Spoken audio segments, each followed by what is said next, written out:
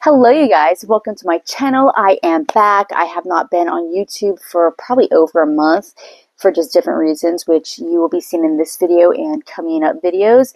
So we are going to be doing a bird cage. Apparently, I think those have been getting more popular recently. I always find out after I've already decided what I want to do. So I went to the Goodwill before. I saw this bird cage and I wish I would have gotten it then, because I ended up not getting it then because I didn't know where I would put it, and I don't want to buy something that I don't know where I'm going to put. But I went back when I figured out where I wanted to put it, and it was gone. For good reason. It's cute. So I decided that instead of dwelling over it, I was going to recreate it to the best of my ability, or make my own type of bird cage. So that is what this video is all about. So I hope that you enjoy it and maybe even get some inspiration. Alright guys, enjoy. The first thing I got were these dowels, the round ones and the square ones for the area of the bird cage. I got these from Walmart, and the hangers and the square dowels came from Amazon. They will be linked. The first thing I did was cut the hangers apart so we would have bars, and I went on ahead and just spray painted them with a brown spray paint. If you decide to do this, use whatever you have on hand. So I used a measuring tape to mark exactly how long these things were going to be. They're going to be 8 inches long for the sides of the birdcage, and I marked every spot 1 inch where the bars are going to be, where I'm going to be putting the hangers.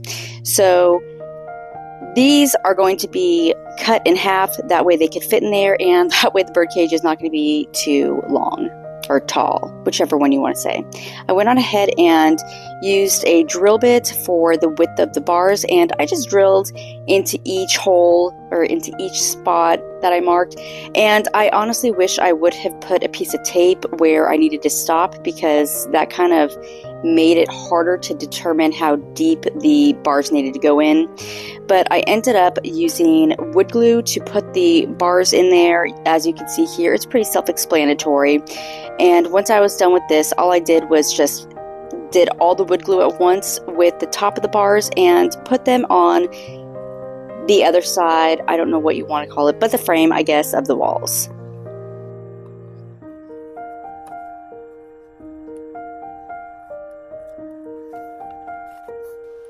I did wait till the wood glue was completely dry before I cut at the end of the dowels, just to make sure that they were cut even and that one bar wasn't longer than the other. I then used wood glue, as you can see here, just to attach the frames of, or the walls of the bird cage to, I don't know what you want to call it, but the square dowels. And I used rubber bands to act as clamps, because I did not have any clamps like this. Plus, honestly, the rubber bands were just a lot easier, and I could literally just manipulate where I wanted to put everything. I did do it on each side, so it actually worked out really well this way. So if you decide to do it and you have rubber bands on hand, it's really great.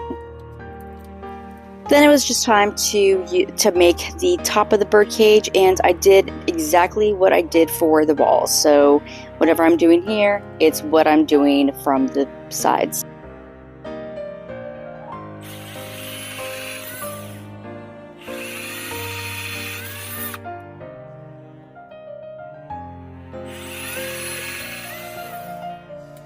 I then used the rest of the coat hanger, the top, and I bent them to make sure that all the bars at the top were the same length, were bent at the same spot.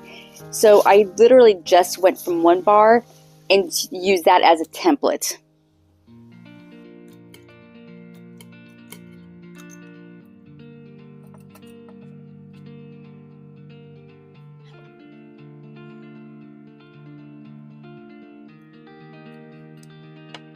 So I decided to change up the design on the roof. Instead of having spokes coming up, I cut the top right here so that way it could all come together, and cut out this piece of cardboard so it could attach to that, and glued these on and hot glued this onto the top. So let me just show you really quickly how I did it. So I didn't show you here, but I did cut the bars before I put the hot glue on them and put them on the cardboard, just to make sure that they were the length that I needed them to be and not too long for the top of the birdcage. I actually love the new design of how I did this because I connected the corners straight through to the middle. I actually had to put a new hanger right in the middle just so I could have them be straight, and then I did that on both sides here, and then there's another hanger in here just to connect them, just to make sure everything's straight and not lopsided as I'm putting it together. And I just started on the very end and I cut it to the very end. That way it kind of makes like a star or a cross look, and so I'm just continuing doing this.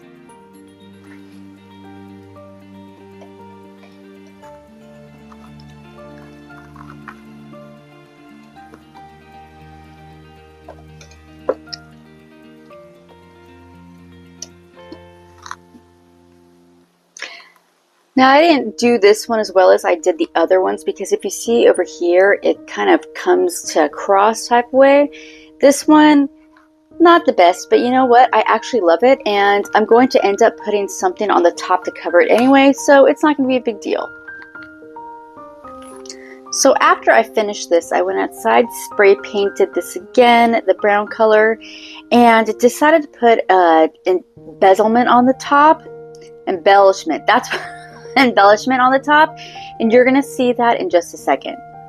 So I got paint stirrers and I cut them 3 inches, about the width of the cardboard, and I'm going to glue them together so that way it makes just a square piece, which I'm going to sand, and then I'm going to use a stain to match this with this. I'm going to stain the whole thing together, and you will see that in just a second.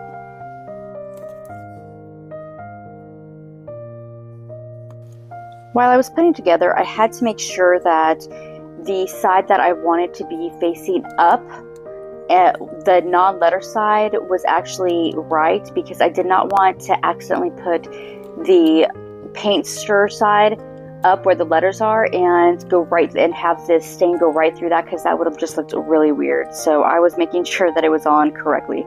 I just wanted to do one at a time to make sure that everything looked good.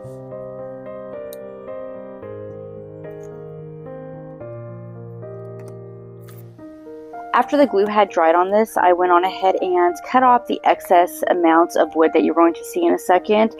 If you do decide to do this, make sure that you put a book to flatten the whole thing, kind of like clamps, because I ended up having to put this liquid wood on here to make sure that any openings were completely closed, but everything was sanded before I finished it. Once it was sanded, it looked amazing. I was very pleased with it. I went on ahead and marked where I needed to drill, so that way I could put this in the middle. Now I cut off that extra wood part to where it was the length of, or the width of, this board or this piece. And I went on ahead and I put wood glue on the bottom part, and I put it through the hole so that way it would stay in one piece.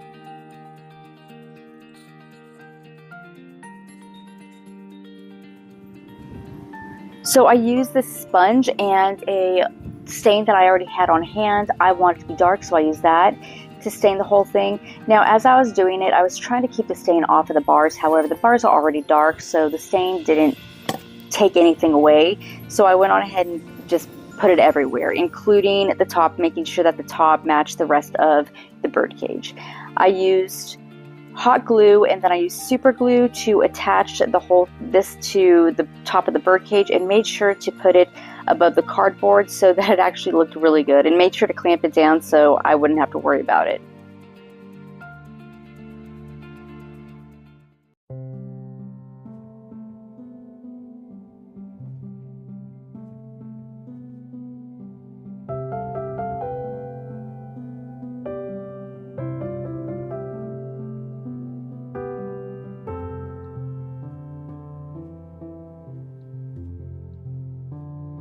Thank you so much for watching my video. I hope that you enjoyed this. I had so much fun making it and being creative again.